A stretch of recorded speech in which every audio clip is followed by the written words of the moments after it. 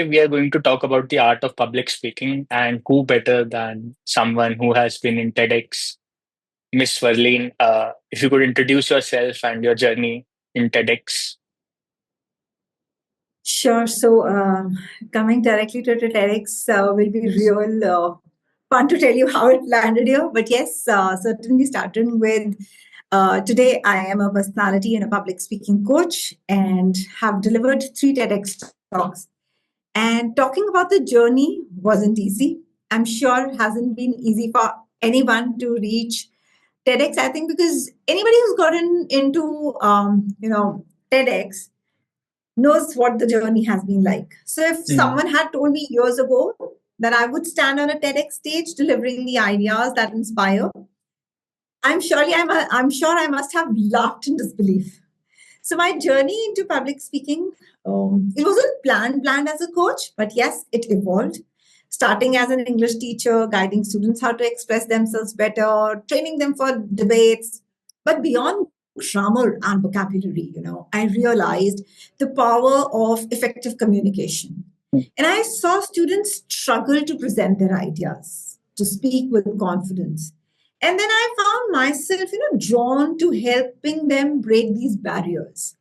And that's where the conducting of small workshops on personality development, communication started to happen.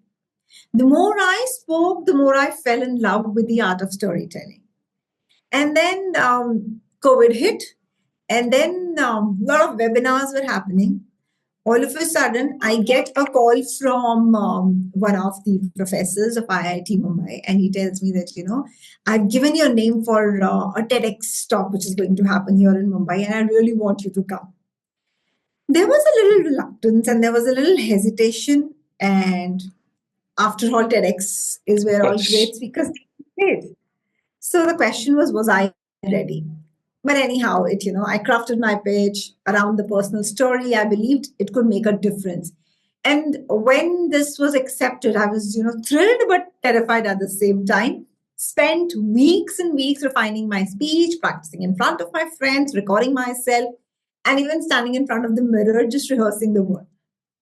The day I stepped on that red dot, I suddenly knew that this was where I was meant to be. And that first TED talk, that led to more invitations. And today, sharing the ideas on stage, it's just not by passion, but by purpose. That's what my journey is. So fantastic to hear. So, if someone is an introvert or is inexperienced in public speaking, what are some of the tips that you can share with them? A lot of people out there, they think that public speaking is nerve wracking. Mm.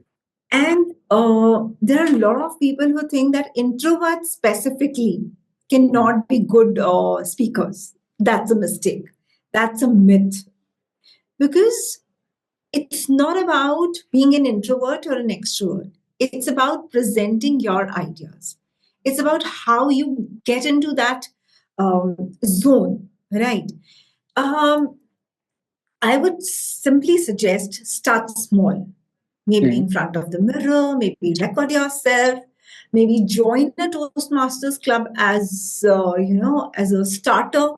Speak in your meetings, speak in your classrooms, volunteer to introduce a speaker at an event. That's small. And if you're an introvert, use your strengths. Because it's said that the introverts are very thoughtful. They do a lot of deep analysis. There's a lot of personal storytelling behind. Great speakers aren't the loudest. They're the ones who connect the deepest. And that's what matters. Mm. Yeah. What are some of the non-verbal cues a speaker should know to engage with the audience? So I always say if words are the lyric, then body language is the music. And you can say all the right things, but if your posture is closed off, your gestures are awkward, and your eye contact is absent, the Mm. message will lose all its impact. Mm. So, simply putting up a confident stance, a natural gestures, your expressive facial movements, they will enhance your words very significantly. Even a very well timed pause with a direct eye connect, it can be more powerful than the entire sentence. mm, So I'm certain that people have heard about this ratio, the Mehrabian theory. 7% is the words, 55% is the body language. So how important it is to put up the right body language, mhm, the gestures, the correct posture when you're speaking. I think it plays a predominant role in any speaking assignment. mm. Yeah. Since you were an English teacher, I'm sure you could know the importance of grammar and sentence formation. So, would you give an advice about that? Grammatically, one has to go right. Yes, certainly. But then in public speaking, I also realize one thing. It's Mhm. always good to be bilingual. And Okay. language and public speaking are two different things. English is a language, public speaking is a skill. Mm, So, the combination of these two, of course, I cannot deny the importance of English being used uh, in the entire environment, whether be it corporate, educational institutions, and one has to be very, very much correct with the grammar that you are mm, using. Again, both the things, whether it's a language or a skill, comes with a lot of practice, comes with a lot of doing it, the experiential learning that we say. You will make mistakes, but then keep on improving from those mistakes. That's the only kind of advice that I can give. Practice, practice, and practice. Yeah. and how much of a role does appearance play in public speaking? How you dress, how you grow? Of course it does. The ABC of image management: your appearance, your behavior, and your communication. So I Mm, call it the ABC. Your appearance matters. Yes, it does, because somewhere we have this neuroscience of creating the first impression. mm, So when we are there on the stage, people already have framed, they have already created that first impression in the mind, and it takes just 7 seconds to create that impression. So of course, when you speak, I will not publicize on saying that महंगे kapde, but of course, the neat clothes, the appropriate clothes, they play a lot of role. The neatness in your overall look, mm, that displays a whole lot of thing about your persona. So we cannot definitely but not leave on this. mm, The behavior, very important. How approachable are you? So when it comes to a public speaker, you will suddenly start to feel that all eyes are on me. mm, And here your conduct and your behavior will play an important role. How approachable I am. And I sometimes, define the colors with the kind of speech I have to give. So if I have to show my power, I definitely like to dress up in black. If I have to display my modesty, so maybe it's a purple. So yes, this displays a whole lot of role. And then it gives you a lot of confidence as well. So sometimes when you are nervous, do wear a black. It gives you a lot mm, of confidence. So that's how this is completely interconnected with each other. mm. Yeah. Is there a relation between making small light jokes to familiarize the audience and public speaking? So see, everybody has his or her genre of speaking, but then a blend of genres would really help a good public speaker. It's okay to do a little bit of humor. Sometimes I just start with humor. Mm, Sometimes it could be just a surprising element, what I want to add. mm, Sometimes I may start with a very emotional story and then bring the audience to where I want them to be. So the beauty of doing a public speaking is you make the audience visualize where you want them to. mm, So you can easily help them transcend. So be it humor, be it emotion, be it an excitement or a surprise, a good public speaker will use these hooks in the initial of his speech and completely make that connect between the audience. Because at the end, it is for them.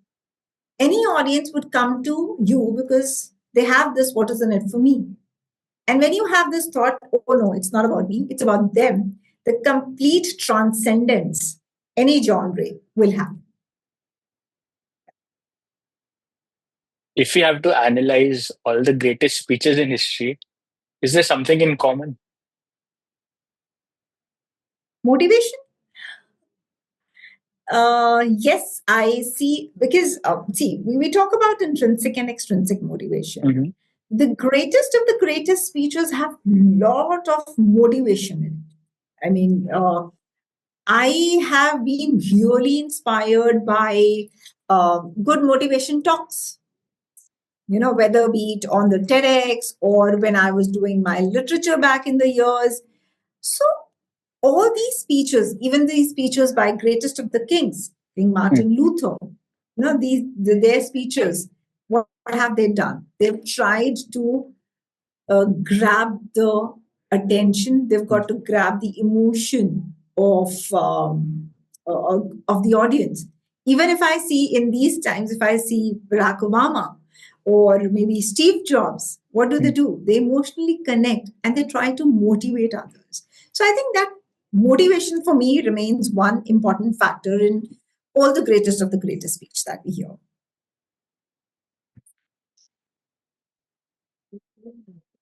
So the last question I want to ask you is, what kind of services do you provide and how can one connect with you? Okay. So LinkedIn is my go-to platform. You'll find me very often on LinkedIn. And if you want to connect with me, you can leave a message there and I'll definitely get back to you. There are, the different services that I provide. I do a lot of personality development sessions with corporates, with students, with educational institutions. And I share a lot of insights and I do services on public speaking. So there are courses and modules that we've devised. There are workshops, there are coaching assignments, there are speaking engagements that we help on. We definitely help students and corporates through our modules that we've devised very carefully for the different segments. So And if these are, yeah. someone wants to develop their personality, individual personality, can they contact you for that? Yes, absolutely. I do a lot of one-on-one sessions with my clients. So there are a lot of CEOs and CXOs who are my clients. And we do a one-on-one session with them. And I'll be happy to help if anybody requires any kind of help related to personality development or public speaking or any communications. It was a pleasure to have you on the platform. Thank you so much. Thank you. Thank you. And I made you wait the other day and today also. So my apologies for that.